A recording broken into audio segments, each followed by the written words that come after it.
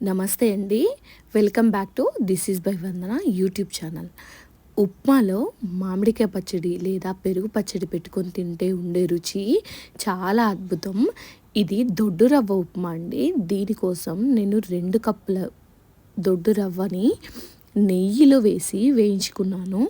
మీకు నెయ్యి వద్దు అనుకుంటే మీరు నూనెలో కానీ, లేదు అంటే ఏది నూనె, నెయ్యి ఏమీ లేకుండా డ్రై ఫ్రై కూడా చేసుకోవచ్చు.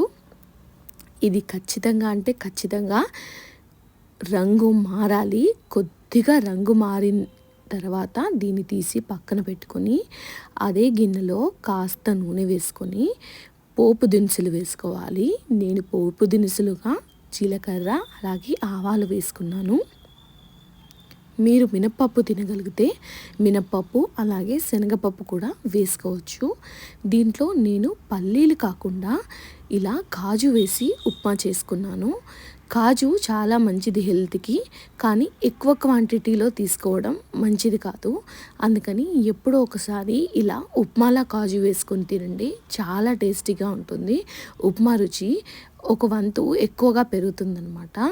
అలాగే దీంట్లో దంచి పెట్టుకున్న వెల్లుల్లి రెబ్బలు, కట్ చేసి పెట్టుకున్న మిరపకాయలు, అలాగే ఉల్లిపాయలు, కొన్ని క్యారెట్ ముక్కలు కూడా నేను వేసుకొని మంచిగా వేగించుకున్నాను. వేపడం మంచిగా ఉంటే రుచి కూడా చాలా బాగుంటుంది. రవ్వ అయినా దీంట్లో వేసిన కూరగాయ ముక్కలైనా. తర్వాత 1 గ్లాసుకు 2 గ్లాసుల నీళ్ళ చొప్పున నేను 2 గ్లాసుల రవ్వ తీసుకున్నాను కాబట్టి 4 గ్లాసుల నీళ్ళు పోసుకున్నాను. దీంట్లో కొంచెం పింక్ సాల్ట్ వేసుకున్నాను. మీకు పింక్ సాల్ట్ ఇష్టం లేకపోతే కల్లుప్పు కూడా వేసుకోవచ్చు, లేదంటే నార్మల్గా వాడే ఐడైజ్డ్ సాల్ట్ కూడా వేసుకోవచ్చు. ఇది ఒక ఉడికిన తర్వాత దీంట్లో వేయించి పెట్టుకున్న రవ్వను కూడా వేసి ఒక 10 నిమిషాలు మూత పెట్టి ఉంచుకున్న తర్వాత నీరంతా గుంజి ఇదిలా మంచిగా ఉడుకుతుంది.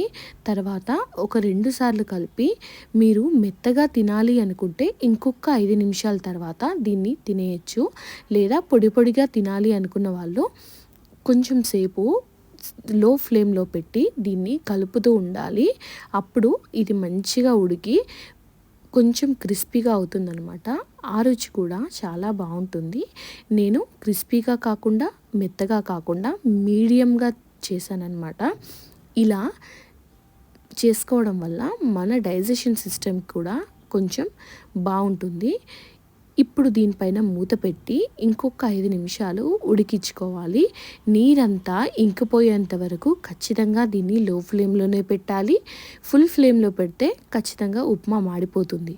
అలా కాకుండా ఉండడానికి లో ఫ్లేమ్లో పెట్టి కలుపుతూ ఉండండి. మీకు కావాలి అనుకుంటే దీంట్లో కరివేపాకు కానీ లేదంటే కొత్తిమీర కానీ వేసి సర్వ్ చేసుకోవచ్చు. ఇలా ఉప్మాని మామిడికాయ పచ్చడిలో పెట్టుకొని తింటే వచ్చే రుచి చాలా బాగుంటుంది.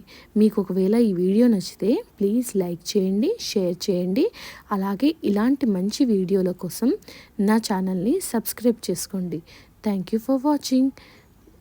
పక్కనే బెల్ బటన్ని కూడా నొక్కండి. నేను పెట్టే వీడియోల నోటిఫికేషన్ మీ వరకు వస్తాయి.